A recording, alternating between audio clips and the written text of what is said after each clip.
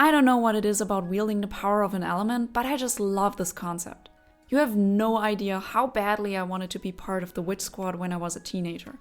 And I didn't only enjoy Avatar: The Last Airbender for its incredibly well-developed characters and great plot. That show would definitely not have stuck with me to this extent if it wasn't for the bending. Now, almost a decade later, I fell in love with Foghill of the Five Elements for very similar reasons. So, without further ado, let's get into the review. And as usual, this is spoiler-free. As the name suggests, the story is set on a hill. On this hill live the so-called aspects. These aspects can control one of the 5 elements in Taoism: fire, wood, water, metal, or earth. Even though it's called Foghill of the 5 Elements, thus far we only really get to know the aspect of fire. In the opening scene, we see the aspect of fire opening a portal to the demon world and battling a mighty Qilin. He gets beaten up pretty badly and gets help from some of the other aspects. However, during the fight, the son of the Qilin escapes from the demon realm and gets lost in the human world. Because of this, the Qilin takes 2 women hostage until the aspects bring back his son. During his search for the son of the Qilin, the aspect of fire comes across a girl from a mountain village. At first glance, it's just a regular mountain village, but then the villagers get attacked by demons. Demons who aim to reveal the secrets hidden in that village. The visuals are incredible. I love this calligraphy-like style that makes the frames look like old Chinese paintings. On the one hand, it's just really pretty to look at, but on the other hand, it's a perfect fit for the genre of this donghua, Chinese historical fantasy. And while we're at it, the animation of the fight scenes is insane. This is sage tier animation and fight choreography. It's like you can feel every punch and it never gets repetitive. I wouldn't blame you if you just watch Foghill of the 5 Elements only for its fight scenes. However, the plot is worthy of your attention too. It may not be as great or special as the animation, but I really enjoyed watching the plot of this donghua develop. Combined with the beautiful animation, an epic soundtrack and soft world building, the plot had a special fantastical mood that made the whole thing really immersive and wondrous. But it was the characters that made me care about the plot. For a show that is only 3 episodes long, it has really well-developed characters. In that short amount of time, the creators made me feel a whole bunch of emotions for those fictional people.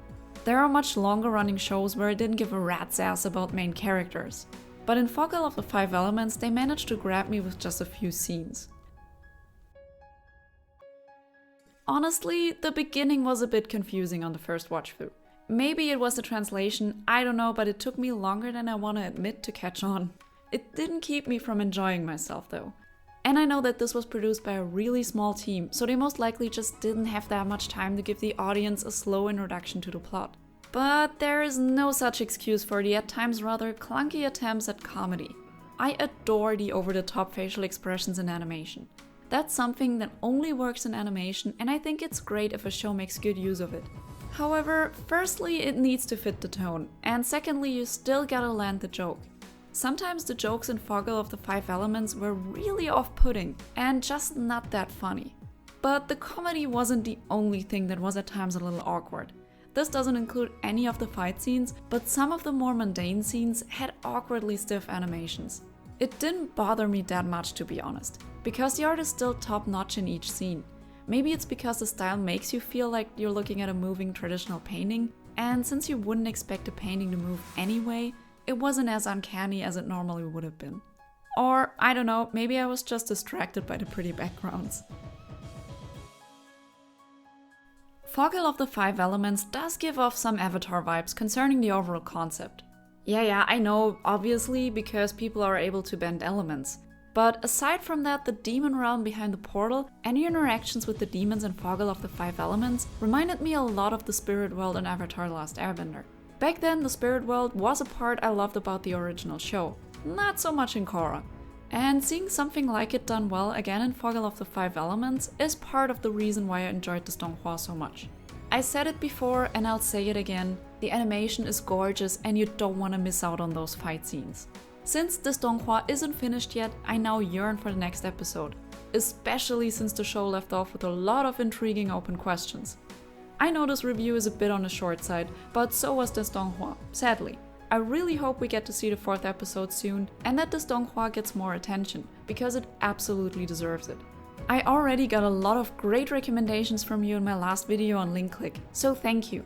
But if you happen to know other donghua or anime that are similar to Foghill of the Five Elements, please tell me in the comments. Also, if you want to get notified once I post another review or other animation and fantasy related content, please consider subscribing to the channel. And thank you so much for watching this review. Anyway, farewell.